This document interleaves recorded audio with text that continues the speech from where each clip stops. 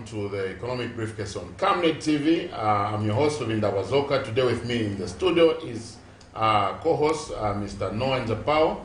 And today we are going to discuss, matters that I call them matters arising, things that each and every Zambian is interested to know, things that matter in terms of estimates on revenue and expenditure for the year 2024.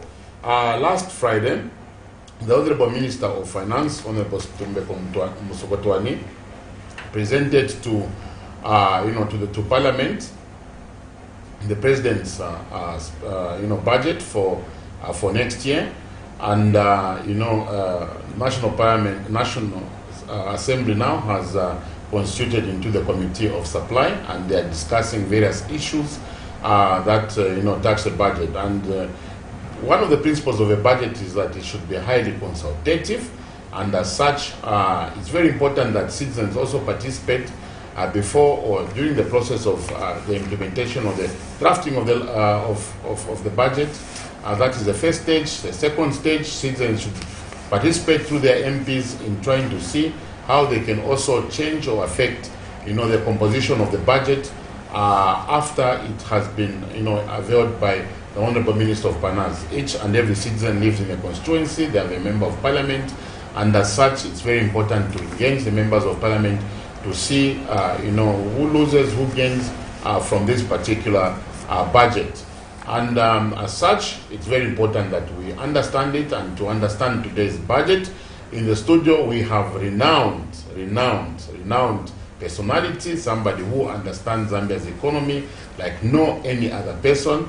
And today in the studio is Honorable YUSUF DODIA. How are you? I'm good. Thank you very much for inviting me. Thank you very much. Last year we hosted you and we really benefited. And I think, judging by the programs that we had, most of our, frequent viewers, became rich, and they were approaching issues, from an informed position. And we hope that this year we're also going to help, the Camnet family to digest the proposed estimates for revenue and expenditure for the year 2024. But before we forge ahead, we need to also understand the state of our, the foreign exchange market, what is obtaining on the commodities market, and we'll cross over to Mr. Noah Njapao, who's going to digest, and keep us abreast with, the current rates on various markets. Good evening. The market update as of today, the 5th of October 2023. The average exchange rate. Let's see how the quarter is faring against the four major currencies. The dollar closed selling at 21 kwacha, 31 ngwe. The pound closed selling at 25 kwacha, 91 ngwe. The euro closed selling at 22 kwacha, 47 ngwe. The rand closed selling at 1 kwacha, 9 ngwe. Selected metal prices delayed by a day. Aluminium closed selling at $2,246.50 per ton. Copper closed selling at $7,949.50. Zinc closed selling at $2,493. Lead closed selling at $2,117.50. Tin closed selling at $23,926. Nickel closed selling at $18,723 per ton. Crude oil prices. WTI crude closed selling at $83.50. Brent crude closed selling at $85.07. Zambia's major export destination as of August 2023 was totaling up to 19 billion, and topping the list is Switzerland, holding a share of 33.8%. Second on the list is Congo, the Democratic Republic of Congo, with 3 billion, holding 15% of the total exports. China on the third place with 3 billion, holding 15.6% of the total value. Then the rest is shared amongst Singapore, Zimbabwe, and other destinations. Zambia's 5 major import sources as of August 2023. Topping the list is South Africa with 4.4 billion, holding 26.4% of the total import value. The second on the list is China with 2.3 billion, holding 14% of the total share. Third, the United Arab Emirates, holding 1 billion, holding 6.2% of the total share, and the rest is shared amongst India, Japan, and other sources. That's all we had for you on the market updates. Before we slide into the budget, you have seen we only export 19 billion kwacha worth of produce. If you look at our budget, which is it 26% of GDP, it's 177 billion, and you are just exporting 19 billion. The kwacha is to 21.3. People are saying fuel prices are very high. It's just $83 or $86 per barrel. I think we've been to 100 before, but it has never been at 30. What's your view on on basically what's obtaining? Well, thank you. If we look outside the budget, just looking at what is the scenario in Zambia, clearly we've seen Brent crude touching close to $100 per barrel. Right now, crude is hovering between $95 and $100 per barrel. And of course, it's reflected in our fuel prices. We are seeing our fuel prices crossing the 29 kwacha per liter mark, going into 30. Petrol is selling at 31 kwacha per liter. Diesel is at 30 kwacha per liter. We've seen electricity tariffs going up. ERB approved a 3-year increase in tariffs earlier this year, so an increase in 2023, 2024, 2025, totaling to about 40% in total. That means we're looking at increases in electricity tariffs year upon year by about 15%. Then we look at the dollar versus the kwacha. The kwacha seems to have deteriorated and is now hovering between 20 and 21 kwacha to a dollar, which makes buying foreign currency very expensive. The other thing that we are seeing, which some is of our own making and some is not of our making, is the conflict in Ukraine and Russia, which also involves NATO countries, has brought about a high cost of edible oils, fertilizers, and grains, and of course, oil itself. And we're beginning to see it. I mean, just quite in the last few days, we've heard that there's a fertilizer which has been distributed, which is not meeting the quality that is expected. So already we're beginning to see some side effects of this. The other thing that I think might be of our own making is a misunderstanding of our economy. We continue to see Zamstat giving us inflation rates of 10, 11%, which is completely divorced from what is happening on the ground. If you look at meal prices, it's become so confusing that in the last 3 hours I've been in a supermarket and I saw a young man putting a 25 kg bag of meal in his trolley, and the price there says 296. And there's another bag from a different supplier, which is 20 kg, it was 199. And I saw him picking the 25 kg. And I said, young man, have you done your mathematics on this? You are paying 300 kwacha for 25 kg, and this bag is 200 kwacha and it's 20 kg. You're paying a whole 100 kwacha more for 5 kg. And everybody in the shop stood there and listened. And this man quickly took out that 25 kg, put it aside, and picked up the 20 kg.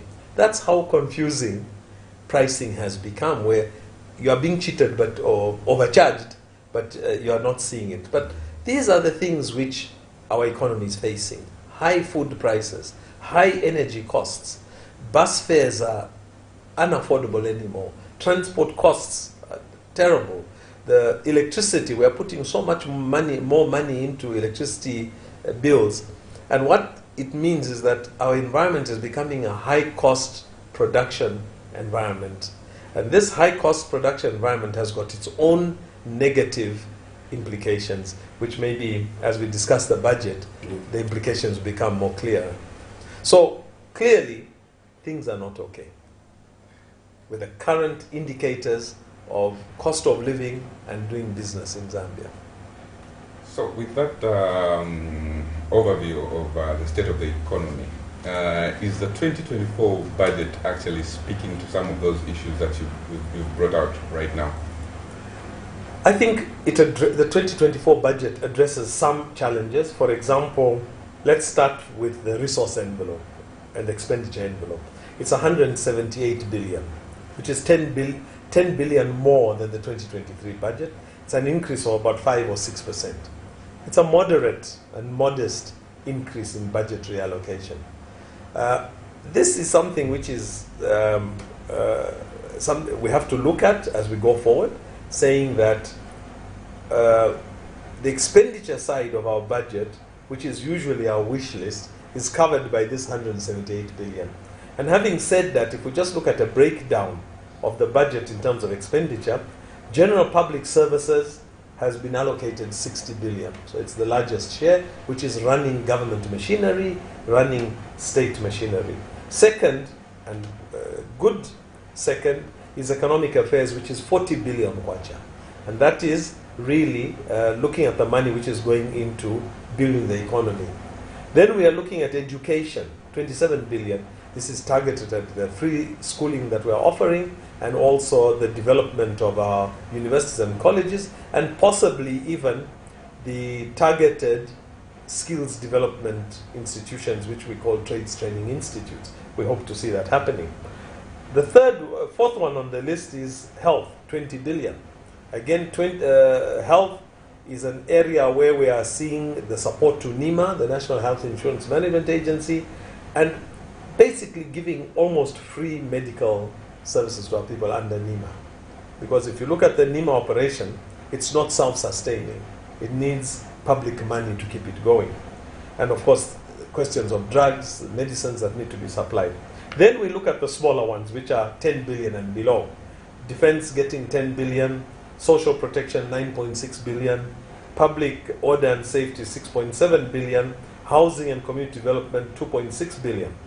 And that basically shows on the expenditure side that we have changed our priorities. We're now looking at, let's run government machinery efficiently, let's fund it efficiently, sufficiently, and let us look at economic development as a prime mover in 2024. But there's another interesting mechanism on the expenditure side that one would want to look at. It's debt servicing.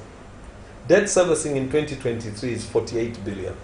In 2024, it has dropped to 38 billion, which is a drop of 10 billion.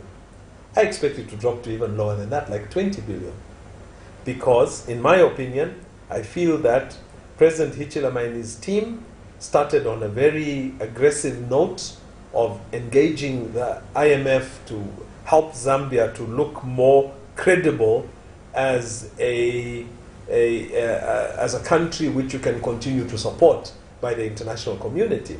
And the IMF came on board with a staff level agreement giving us 1.3 billion to be dispersed over 3 years, but also where the money is targeted towards social protection and also targeted towards governance. In other words, supporting the operations of Parliament, supporting the Drug Enforcement Commission, the Anti-Corruption Commission, Financial Intelligence Center, the public prosecutor, the Director of Public Prosecutions, the police, and the public defender.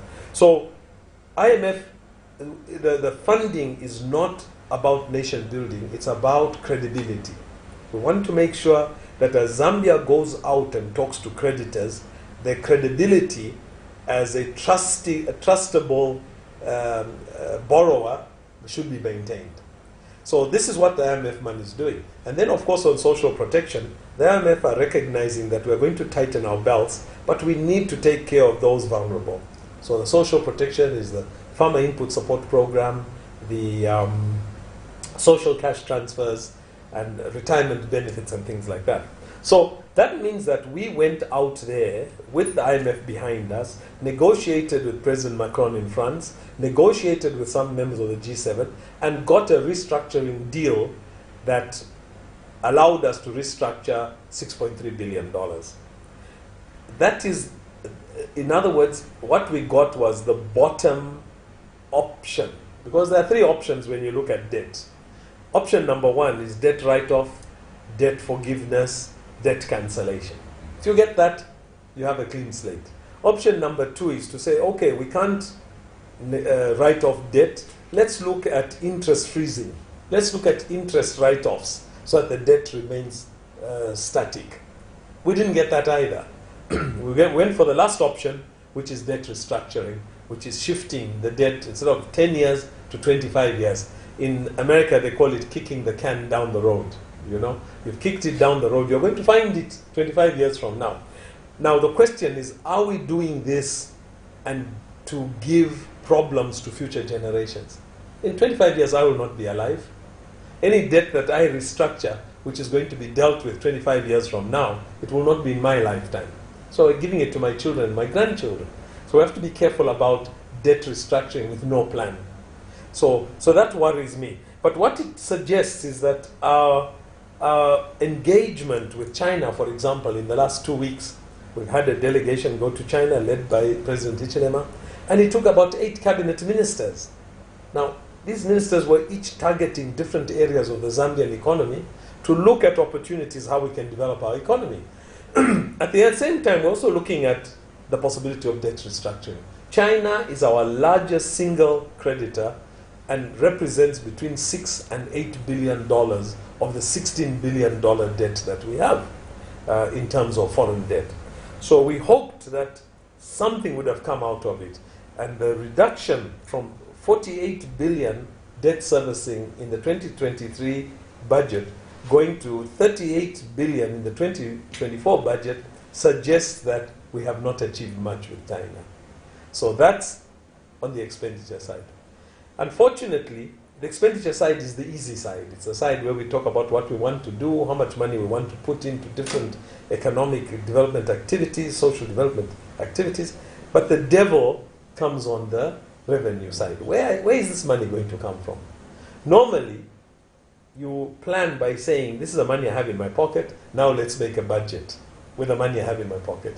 In our case, we're looking at, this is what we want to spend on, now where are we going to find the money? And that's when we come to look at the revenue side of the budget and see, is the revenue side of the budget in a position to support the expenditure side of the budget? Picking it up from there, is the revenue side able to support the budget? The budget is like 177 billion, and the first year I think it was higher. Yes. And then it reduced last year. Yes. Again, it has gone up. But the last 2 years we have gone for supplementary budgets also. So why don't we just plan so that we don't go for a supplementary budget? Is it one way of showing that look at this is our revenue, and our budget deficit is going to be maintained? Then again, when you go and ask for a supplementary budget, you don't say the actual budget, the budget deficit was higher. Is it one way of hiding the budget deficit? Why ask for less than? So anyway, our revenue, is it able to? Well, when I look at the revenue side of the budget, it reminds me of a budget where you look at your needs and your wants, and you put money, you put numbers and say, we need money for economic affairs, we need money for defense, we need money for this, we need money for that. And you get the budgets from the various ministries, put them together and say, we need 177.8, which is 178 billion actually. We need this amount of money. Then you say, okay, now we know how much we want. Let's see where we're going to get it from. And that to me reflects how the 2024 budget has been formulated. Why? Because I look at the numbers in the budget. And the numbers themselves don't tell you much. But the comparison between the 2023 budget and 2024 budget begin to give you better insights. For example, when we are looking at tax revenues, we're looking at tax revenues going up by as high as 10 billion kwacha from 2023 to 2024. And in a broken, for them to look at the breakdown, you see that income tax is going up by 4 billion kwacha from 2023 to 2024, an extra 4 billion kwacha. An extra 4 billion kwacha suggests, remember, income tax is 35% of your profits. It suggests that the 4 billion is 35% of a number which you are going to achieve. Yes. And that number is 12 billion kwacha. So we're saying companies are going to generate 12 billion kwacha more revenue in order for them to pay 35% income tax above what they were paying in 2023, which will result in 4 billion kwacha. So you're looking at industry being ramped up by 12 billion kwacha in terms of productivity. When you look at the other one on, say, value-added tax, value-added tax is going up by another 4 billion kwacha in terms of revenue, plus 2 billion. How do you get 2 billion extra in VAT? It's 16%. We know VAT is 16%. 2 billion is 16% of what? 16% of 25 billion. So you're looking at 25 billion more trade on top of what we are doing to generate that 2 billion. So in terms of GDP, GDP has to grow by a percentage by 25 billion. Our GDP is pegged around 27 to 30 billion dollars. Yeah. So we're looking at our GDP shooting up to around 33, somewhere there, to be able to come up with this. But you see, economists and accountants can do a lot in saying we need this number and that number, and I can do the same by saying we need 12 billion on this, we need 25 billion. But I want to benchmark it against reality. Is it possible that companies on the ground today can generate 12 billion kwacha more business than they were doing last year? Is it reasonable to expect that trade, domestic trade, is going to increase by 25 billion kwacha to get that much more VAT? You get my point? Yes. Rather than the numbers, look at what is happening on the ground. I'll give you another example. We look at customs duty going up by 2 billion. Customs duty on average is about 15% of the value. So we are talking of imports increasing by another 14 billion kwacha. Meaning either the exchange rate, the Zambian kwacha should either be stronger, so that we import more, or people have just got more money to import more, so that the 15% customs duty reflects 2 billion kwacha increase in customs duty revenues. Excise duty is also 2 billion, going up by 2 billion. And excise duty is roughly around 10%, sometimes maybe 5%, some 10%. We'll have to look at the detail in the customs books. But that suggests another increase of 20 billion trade that is subject to excise duty. That will so these are the numbers which worry me, that okay, it's possible that these things can happen. But where are we seeing in the budget where this is being stimulated, facilitated, supported? If, for example, I'm saying we are going to earn 1 million kwacha more in the timber industry, I need to be able to have something on the expenditure side of my budget that says we are going to buy machines for cutting trees, we are going to buy machines for processing, so that 1 million extra that I'm looking at is being generated by this activity. So the activity of economic upturn needs to be seen on the expenditure side for it to reflect on the revenue side. That's why we're going to collect much more money. But these are speculative. Anybody can argue, and lots of economists will say, no, So when the mines come and put in money, First Quantum is pledging 2 billion and what have you. But there is one line in the budget which you can't argue with on the mathematics, and that is pay-as-you-earn taxes. The pay-as-you-earn is expected to go up by 4 billion. Now that 4 billion means 4 billion of new pay-as-you-earn revenues. Now those new revenues can only come in two ways. Either everybody in Zambia's salaries will shoot up, so we'll pay more tax, or we are looking at new taxpayers. And I think it will be new taxpayers, new employees. Then when you look at new employees, you have to say to yourself, which employees are we talking about? We're looking at the bottom tier, because those are the mass employment group. And where do these belong? They belong above 5,100 kwacha per month in salary, because the free pay has been increased from 4,800 to 5,100. So we're looking at roughly the taxpayer in terms of salary who is earning 6,000 kwacha. So you take that 4 billion kwacha per year, divide it by 12 months, you get 333 million per month. Divide that by 6,000, because you are looking at that bottom tier, you've got 550,000 new employees. And those employees have to be employed between 5 days ago, because the budget was presented on the last day of, last Friday of September, which was 29th, eh? Yeah, 29th. So from 29th of September to 31st December this year, we should see 550,000 new jobs where people are earning 6,000 kwacha as a salary, so that end of the month, 1st of January, we begin to see that 330 million being accumulated by ZRA. So that one you can't argue with. Other things you can say, no, the mines will bring in money, or there's a pledge to do this and that farm, commercial.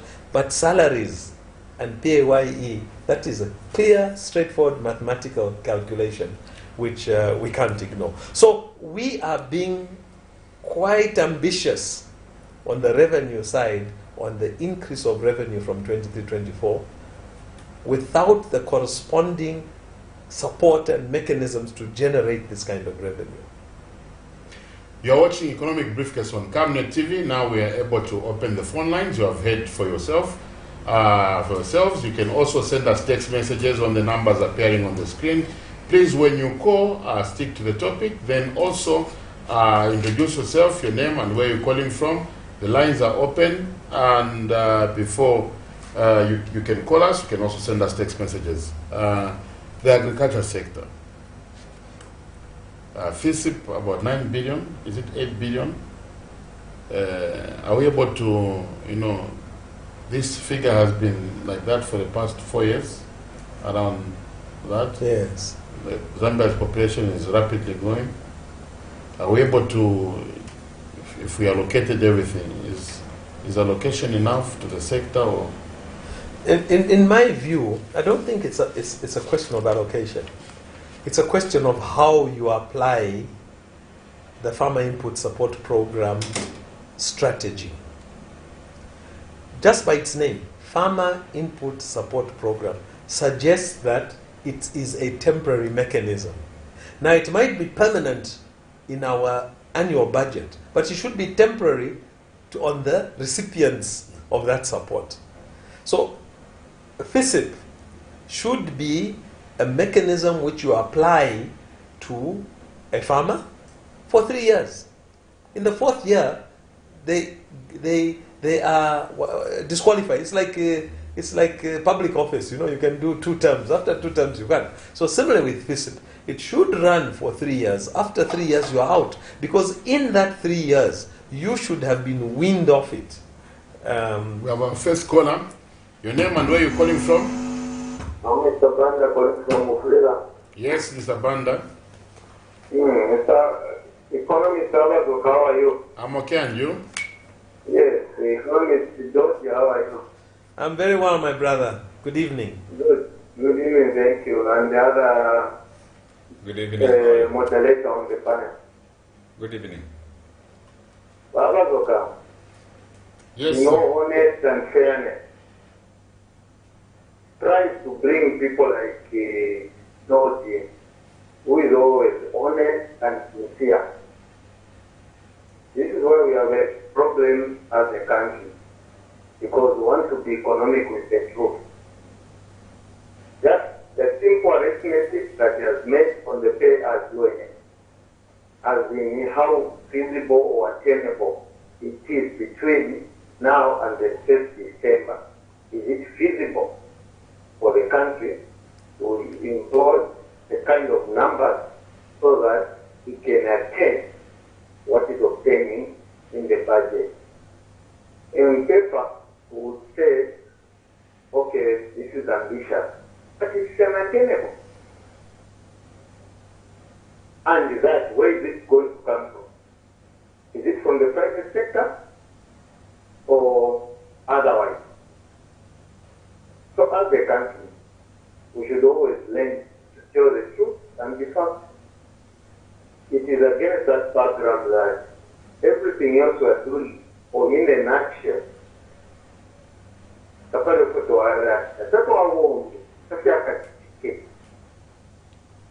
no wonder why every time you have such engagement, interaction, please, like I said in my preamble, bring economics to a factual and honest issue. In truth and fact, the Ministry of Finance can entertain submissions of this nature.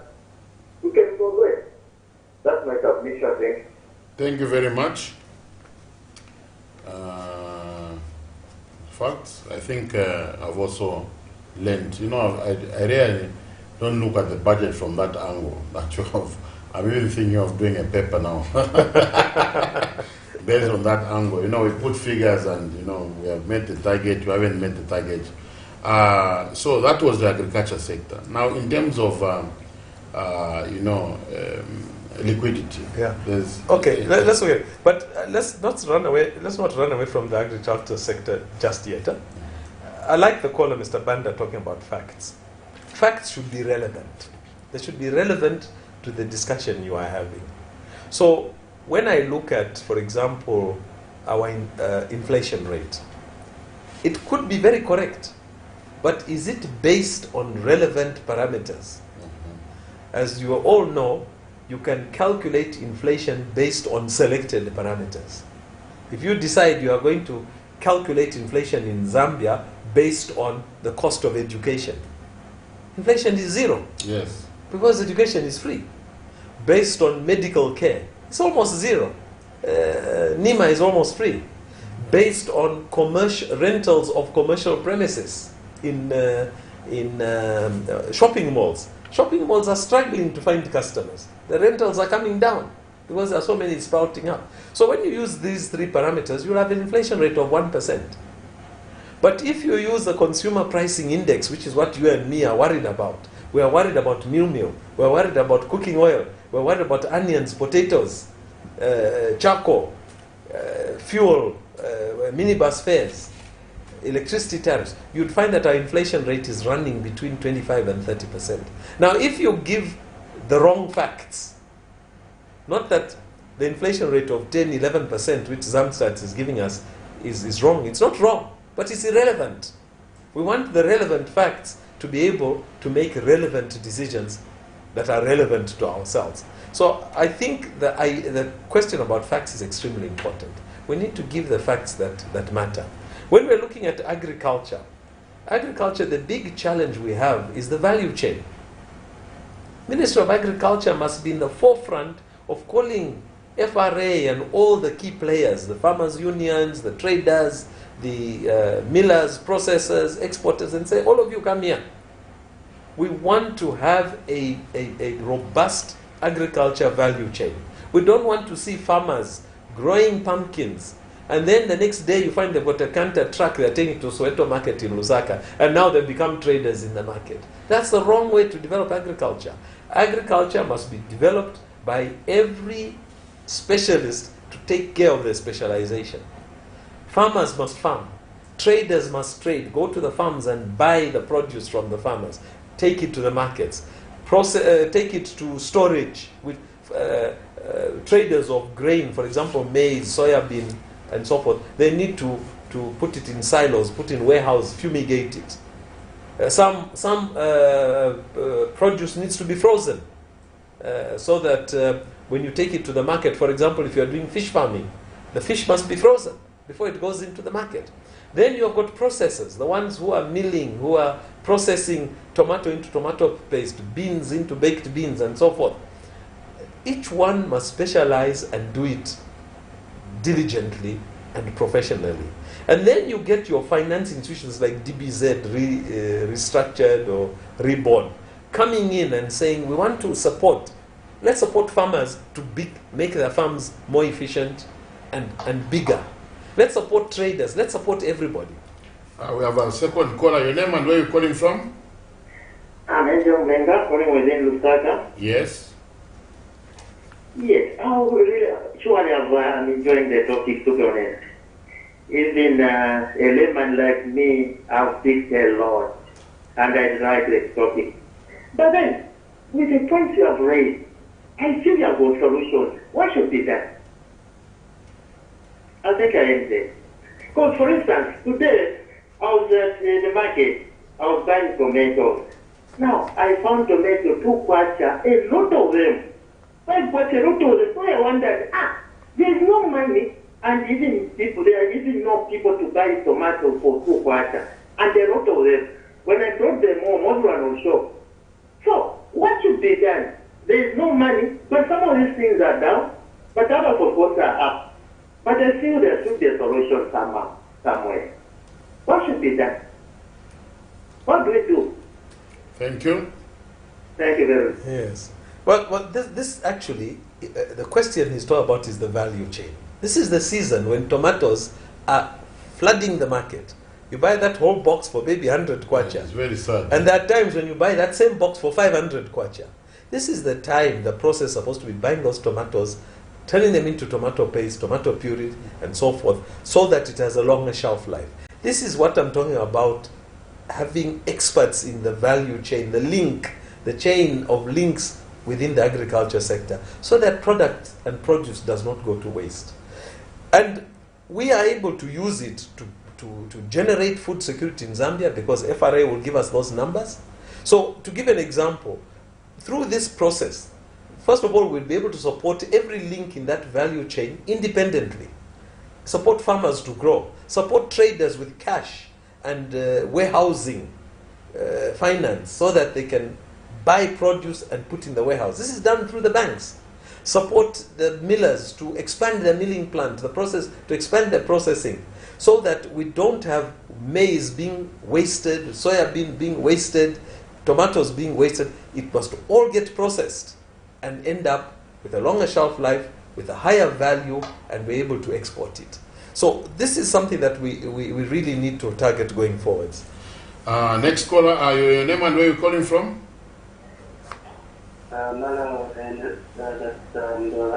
Yes. Yeah, I've liked the topic. I'm following it so closely. Yeah, but then my contribution is mainly on the in agriculture per se. I think although it also diversify, looking at horticultural crops, other than me also concentrating on a few crops, and also I haven't done much, especially promoting more of organic farming. We just talk much about chemical. So we lost that caller. You can call us on the numbers, and please stick to the budget. We are discussing the proposed 2024 national budget. Director, do we have any messages? Messages are still loading. Yes. Yes. So my take is that if we work on the agriculture value chain, the private sector will come on board in terms of financing, and we begin to make sure that the produce that we have in Zambia benefits the people of Zambia and benefits the region. And you start having, as a typical example, a situation where the Ministry of Agriculture says, I'm giving you an export license to export meal because you have put 100 metric tons into the Zambian market, I'm allowing you 20 metric tons export to a neighboring country. Take care of your people, but also make money outside with the excess. So this can be managed if it's harmonized and it's done in a proper way. And then when you look at FISP, this FISP, every 3 years or every year we should be seeing a turnover. Some farmers falling off, new farmers coming on board. Those who are falling off are the ones who are being strengthened, and they're now able to operate on their own. They're weaned, and they're able to operate on their own. But I also feel that there are some positive things that are happening. If I finish on the negative first, I want to hit a very good positive. On the negative is that we're looking at the mining sector. 9 billion kwacha in mineral taxes in 2023. We are seeing it going to 10 billion this in 2024, an increase of 1 billion. I want to be generous to the mines and even say, even the PAYE and some other taxes that are being generated are because of the mining companies giving contracts to others, employing people to work in the mines. So PAYE is generated through the mines because those employees are employees of the mine. So we even give them another 2 billion on top as their contribution to the treasury. 10 billion of mineral royalty taxes, 2024, plus another 2 billion in allied taxes. That comes to 12 billion. If you look at what the mining sector is doing in Zambia, they are exporting every day $40 million worth of copper, which is 800 million kwacha per day. To make that 12 billion in a year, it's only 15 days of exports. Only 15 days of exports makes the 12 billion which is being contributed by the mining sector. The other 350 days, remember we have 365 days, that is just money in their pockets. More money in their pockets. But there's a solution to it. We'll talk about it. Yes, your name and where are you calling from? Hello, good evening. My name is Alexander. Yes? I'm calling from Kabongo. Yes, but go ahead. Yes, please. I've been following the program, but this is what I want to contribute. You know, the fact on the ground is that the cost of living for an ordinary Zambian like myself is very high. Secondly, how many Zambians earning the amount that are being mentioned of 5,100 kwacha, that is for all that work. And now, and yet, the majority of us do not work. Lastly, there's the social cash transfer of about 400 kwacha, which is being dispersed to those that are on social cash transfer. Now, in this amount, can this sustain the ordinary Zambian who is in the village and doesn't work? That is my contribution. Thank you. Very correct. The cost of living is killing everybody. Fuel prices, electricity tariffs, meal at 300, and that's 300 in Lusaka. If you go outside Lusaka, it can even touch 400. Cooking oil, you name it, and yet salaries are remaining low. So when he says that this 5,100, how many people are going to get that salary? Let us be honest. Kumayad in Lusaka, domestic workers are getting maybe 1,500 to 2,000. But look at the compounds, look at the peri-urban, look at the rural areas. People are getting salaries as low as 400, 500. If they reach 1,000, they are very, very lucky.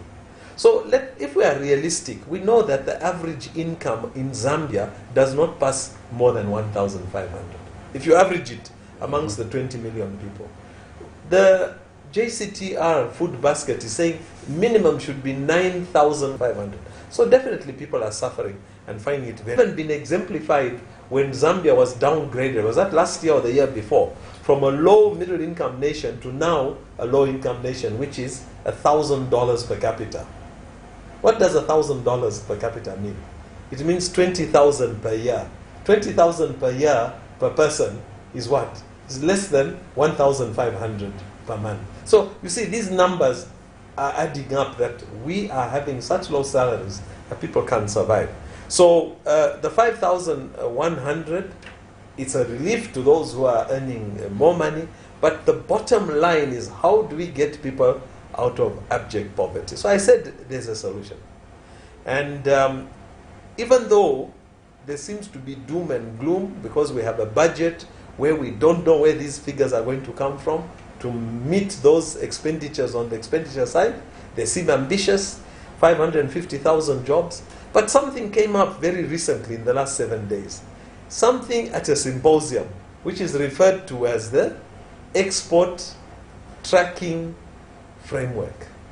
Now, the Export Tracking Framework is a brilliant way in which to turn this country around. It's a magic bullet. Because the Export Tracking Framework, which was announced by Secretary to the Treasury, demands that all export earnings must come into a bank domiciled in Zambia. That 40 million US dollars I'm talking per day, which is 800 million kwacha per day, must come into Zambian banks. By virtue of that money just sitting in Zambian banks, Zambians will become rich. Because that money is at your doorstep. You want to expand your lodge, you don't do the 2 rooms, 3 rooms each year. You go and say, from 7 rooms, I want 30 rooms. Because there's a bank which has got money, and that bank has to get rid of that money in order to earn the interest to pay the depositor. The one who is bringing in that money wants to put it into fixed deposit, and they want to get a return on that investment. So the banks are forced to jack up and start lending money to Zambians, where Zambians can build the economy, build their businesses, and become the big taxpayers of tomorrow. So to me, this is a very, very welcome development. I think as a nation and as a government, we have been bold enough to grab the bull by the horns and say, this time we are going to do it. And I pray that we see it through, because definitely it's a magic bullet to turning this economy around. So I'll pick this call before I read Ambassador Peter's message. Yes, your name and where you're calling from? Mukandawire, calling from Rwanda. Yes, Mr. Mukandawire, you can go ahead. I want to raise an issue over the employment vis-a-vis the budget. I'm looking at the employment of civil servants. For instance, you have the 4,000 teachers who are to be employed. Now the figure says 4,000. But me, I'm looking at the people that are going to retire. How many are going to retire during the year that you're employing these teachers? And the figure is going to tally and balance that you have employed so many, when in actual sense, in that same year, there are so many people who have retired, like the teachers or the nurses. So how do these figures really agree to say you have employed so many? Thank you so much. That's a very valid observation, that you can say we're going to employ 4,200 teachers. Does it mean 4,200 on top of what you already have? Because if you are retiring 1,000, then really you have only increased the teachers by 3,000, because you have replaced those who have retired. So that observation is very correct. To me, I don't think the issue is about how many people you employ. The issue is about how do you deliver an acceptable education system. It might mean you need to employ 4,000. It might mean you need to employ 10,000. It might mean you need to employ 20,000. The goal should be the quality of education you want to achieve, rather than just. And now we're going to find if in 2020, 51% was going towards salaries of, sorry, is it debt? Debt, yes. Debt, 40% salaries, and 9% was going towards other non-discretionary expense. So now we have increased by 60,000 the numbers of civil service. Who pays for that? Well, this is it. We're looking. The budget is taking care of it on the revenue side. The big challenge is really, are we going to be able to achieve that? So the only way I can see an economy that's going to improve exponentially is through the export tracking framework. I have a business, and if I'm able to walk into a bank and say, I need to borrow this amount of money, I'm going to double the capacity of my business. At the moment, I'm begging from the banks, because the banks are saying, well, there's you, there's that one, there's that one. Who do we give our money to? We have a limited amount of money. Let's choose the very good ones, our friends. But when the export tracking framework starts to take effect, it means there's a flood of foreign currency in this economy. Now, three things will happen. One, the kwacha will get stronger, purely by supply and demand. Two, there will be stability because of the availability of foreign currency. And three, there will be recapitalization of the economy, meaning a person like me who was thinking of borrowing $500,000 to expand my business, I'm now getting bigger ideas. I don't want to expand it by 500. I want to expand it by 3 million. I don't want to have 30 trucks. I want to have 100 trucks, because I can get this contract to ship copper or whatever it is out of the country, but I need the money to buy the trucks. And the banks have the money and availability. So we will see businesses begin to grow exponentially. Now, if they grow exponentially, then it starts to give credibility to this added income tax revenue that ZRA is looking at, added VAT revenue that ZRA is looking at, because of this upsurge in recapitalization of our economy, which will result in a huge exponential increase in commerce, trade, and industry in Zambia. So let's hold our breath and hope and pray that this mechanism is here to stay. Because remember, some years ago, a similar activity took place. It was called SI 55, yes. Start Instrument number 55. It didn't last more than 3 months, and it was abandoned. So, Brown Wheat has sent some messages. Say, look, we want to grow the economy and diversify it. We only do less than 4 million tons of corn, which is maize. When we must target 20 million. Now, why should we remove people of FISP, or why shouldn't we help when we're giving the mining sector some tax concessions? When are we going to create millionaires, Zambian millionaires? And why not give the $765 million dual carriageway contract to Zambians instead of giving it to foreign companies? So loaded. Yeah, very loaded. One can discuss politics in a political arena. I want to be able to discuss what's good for Zambia. And what's good for Zambia, the colleague who sent the text saying that why must we deny people support with FISP? For me, FISP must be maintained. But it must be the same people, the usual suspects, from 2015 up to 2025. It's the same people getting the FISP. Because people should graduate. You help people for 3 years, out, another group. Help for 3 years, out, another group. That's what the role of FISP should be. So it should continue. In terms of the dual carriageway, I think there's a lot of technicalities around it, but the one thing I can say from a nation-building perspective is that the information we have is that $200 million is being put on the table by NAPSA.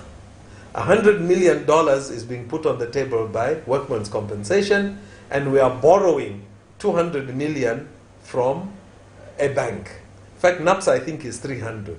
So together it comes to about $600 million that will finance the Lusaka and Ndola dual carriageway. The question is, why should we give this money to a foreign company to come and set up a consortium in Zambia, hire a Chinese contractor, which we can hire, who's already building roads for us, AVIC, if we don't beat about the bush, and then they get a 25-year concession to make money on top of Zambians, when the money belonged to Zambia in the first place? Why is it not a NAPSA workmen's compensation consortium owned by them, who they then hire AVIC, they borrow the money from the bank, the additional funding, they hire AVIC, and they say, AVIC, build. 2 years or 1 year later, the road is done, you bring in NRFA, National Road Fund Agency, who are maintaining toll gates in Zambia, and say, we're giving you this contract. You maintain the toll gates for us. You have been doing it before, but then so the money does not go to GRZ. It comes to the consortium because we have to pay off the bank, we have to pay off the debts of NAPSA and workman's compensation. And when the debts are paid off, it could be 1 year, 2 year, 3 year, 5 year. After that period, we will hand over the road to Road Development Agency and becomes a national asset. That's the most efficient way to do it. Why do you want to give an outsider, a third party, an opportunity to get money where they have not invested anything? So that would be a business analysis of that situation. And I think that this is one of the reasons why the IMF and them are talking to us every day and saying, people, the way you are doing things, outsiders see you as being corrupt. Outsiders see you as being fraudulent because of the way you are doing things. You don't use logic. You're not doing things in a logical way. You're doing things in a very illogical way where you want other people to benefit instead of your own Zambian people. In this case, the state-owned enterprises such as NAPSA and Workman's Compensation, they belong to you and me. And if we were in distress at any point, NAPSA would say, okay, payment to NAPSA, let it delay for a few more years. We can see government is struggling. But when it's an outsider, you've seen what is happening with BlackRock, who are demanding the money owed from the $3 billion Eurobonds. They want their money. Otherwise, they take us to court. So why create more liabilities that we have no control over? So I would agree with our colleague there that we need to do it in a way that's in the best interest of the Zambian people. But having said that, I have a bone to chew with road transport. Clearly, everywhere in the world where you go, the cheapest form of transport is the sea. Why? Because when you look at a small ship, it's 100,000 metric tons. You look at a super tanker, it's 1 million metric tons. There's no train which can carry 1 million metric tons or even 100,000 metric tons. So the second level of cheapest form of transport after the sea is the railways. And then you get trucks, number 3. Now, when we look at trucking and we look at our railway system, the ratio of savings between trucking and using the railway system is 25 to 1. The railway system is 25 times cheaper than trucking. Now, I did see that the minister in the budget speech alluded to making duty-free, tax-free importation of rolling stock, which is for the rail transport.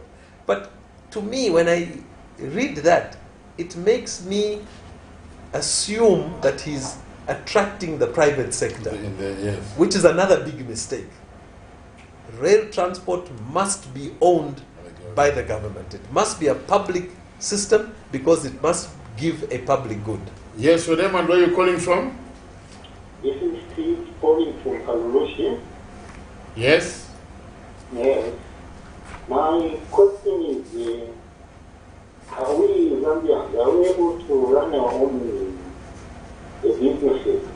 For instance, mining industry, are we able to run it? If we are able to run it, why did the red system fail? And going to the economic there was on the floor. We all saying that businesses should be given to Zambia. But my doubt is, are we able to really to run our own affair? Because when you even look at these issues like corruption, there's just too much corruption, and the people are involved. They are not investors, foreign investors, but they are locals. That is my contribution. Could I have answers to those queries? Thank you. Yes, well, a friend from Kalulushi, I think it's important for us to differentiate what the state should run and what the private sector should run. And I'll give you examples. Clearly, government moved away from bakeries. We used to have Superloaf, Yes. which was government-owned. Look at, there are thousands of bakeries in Zambia today. There's no need for government to get involved. Government at what time was running the only milling companies in Zambia, National Milling Company. As soon as the private sector came on board, government let it go and say, let it be done by the private sector. The airline booking industry, we used to have Eagle Travel. Yes. Now we've got travel agents all over.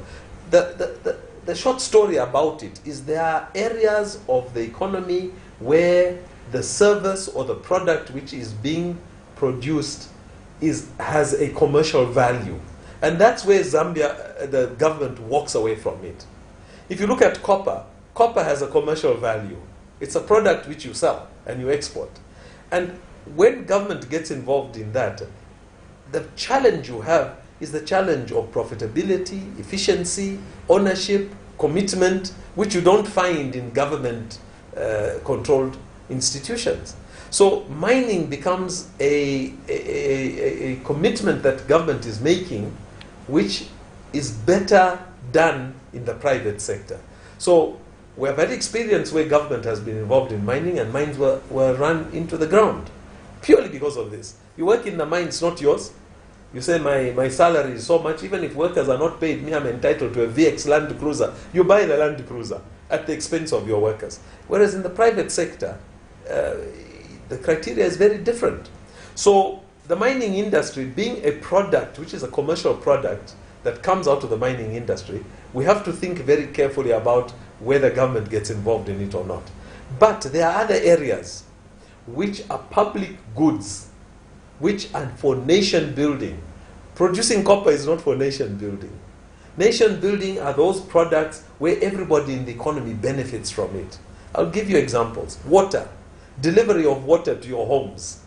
That's a national good. And that's why you see there are no private sector involved in water supply companies. It's always Nkana Water, Lusempwa Water, Lukanga Water, Lusaka Water, Chifubu Water, because these are local government or central government owned. Their job is not to make a profit. Their job is to provide a service. You look at military. The military, you can't outsource it and say the military, we're going to bring a private company. Huh? You look at police. These are public goods. It's not the profit is not an incentive in those businesses. They are not commercial. You look at electricity supply. Before our geniuses of 15 years ago decided that we are very educated people in Europe, they have privatized the electricity sector and the energy sector. Let's also do it. 15 years down the road, Europe has collapsed in terms of economic activity. We as Zambia were following this collapsed part of the world, also for us to collapse. If you look at the economies which have thrived in the last 20 to 30 years, China, Indonesia, Malaysia, Thailand, these are economies where the energy sector is in the hands of the state because energy is a public good. So we've made our mistakes with Zambia, with ZESCO, by bringing Iteji power, power from Mamba, because those people are demanding profitable tariffs. They're not interested in the development of the economy. They're only interested in profit. It should be a state-run sector. And that's the same thing, I believe, with the railways.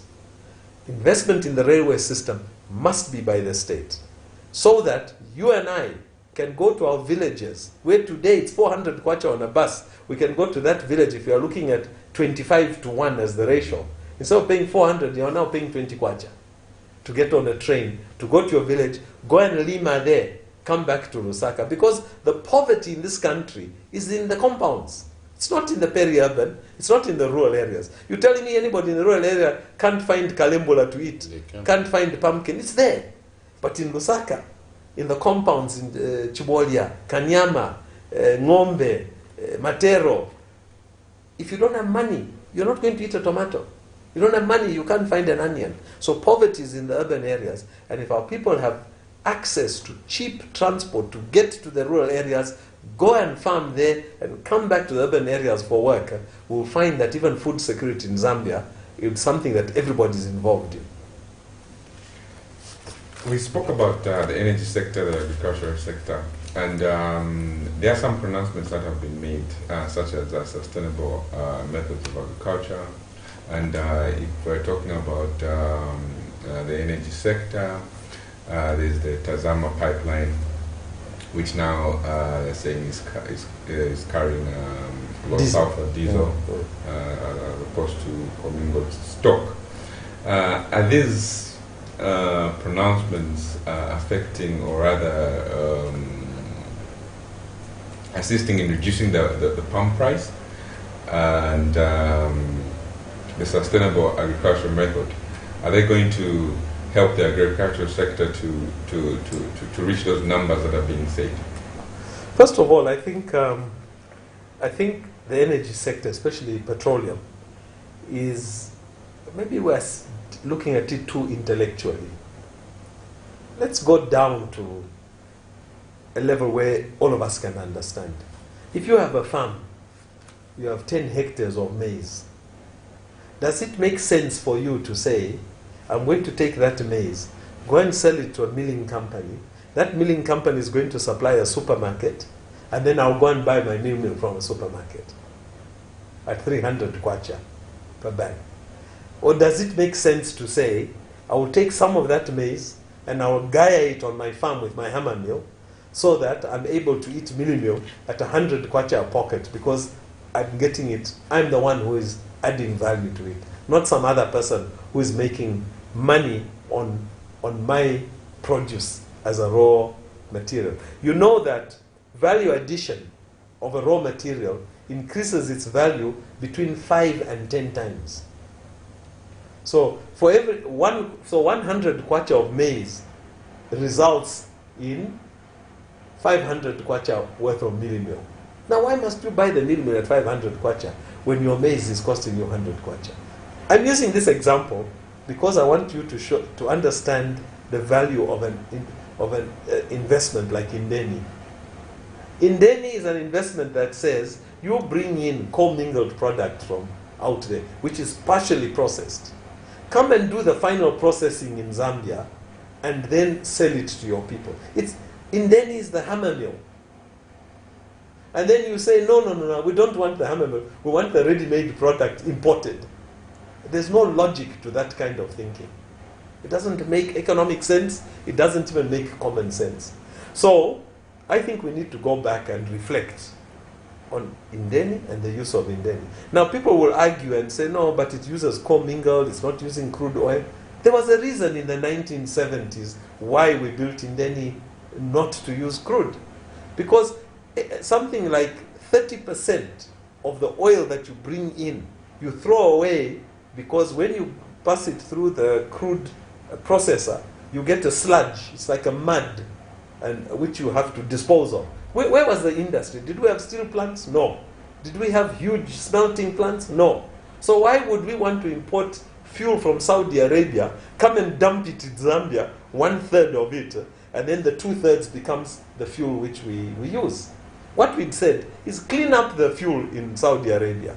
Do the first level of processing and send us commingled. Because this commingled, when it comes here, through fractal distillation, we are going to get very little wastage. We're going to get diesel, which is what we want, petrol, which is what we want, kerosene, we want that, Jet A1 fuel for our aeroplanes, and finally we'll get LPG, liquid petroleum gas. We're throwing away nothing.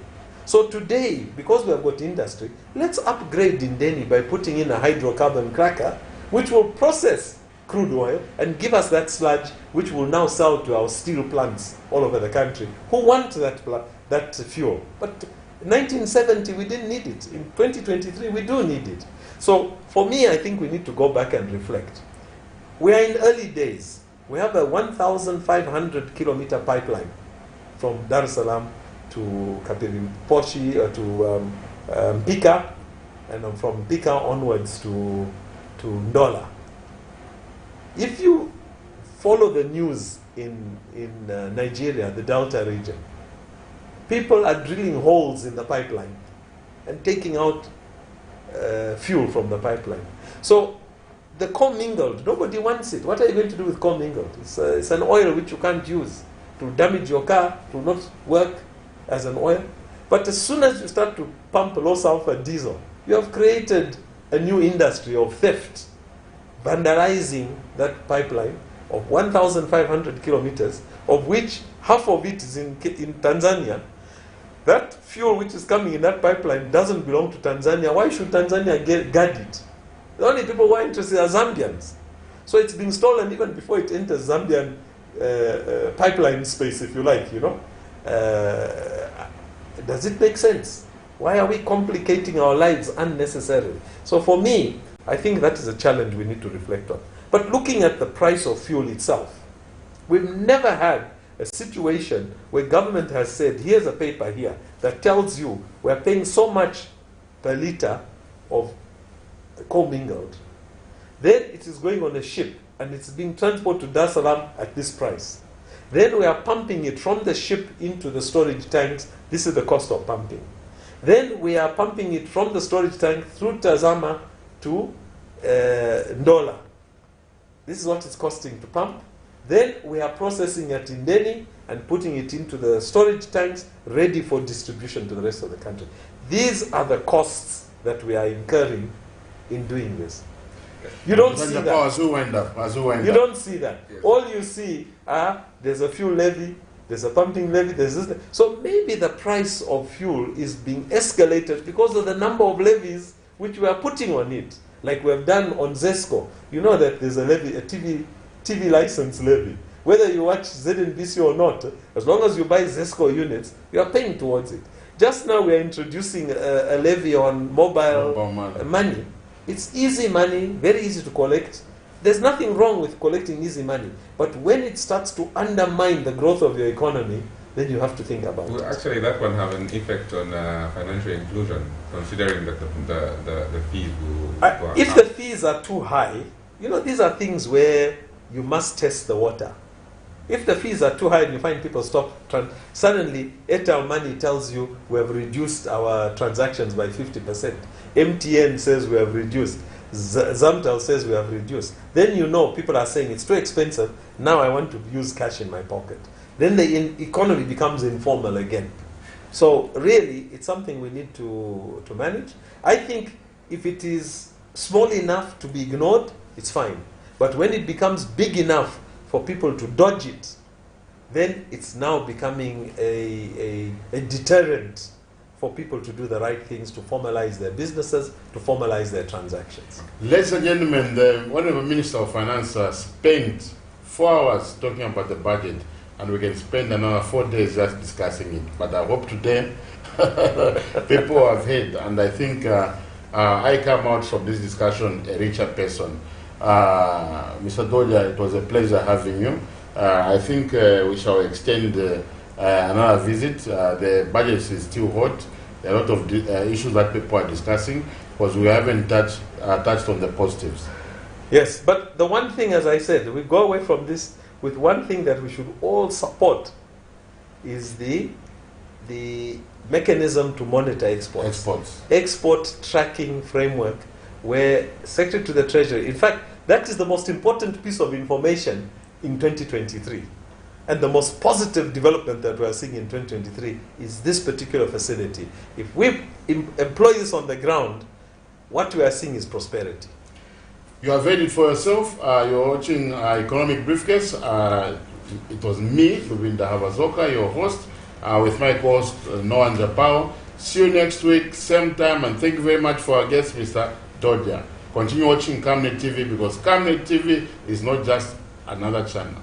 Bye-bye.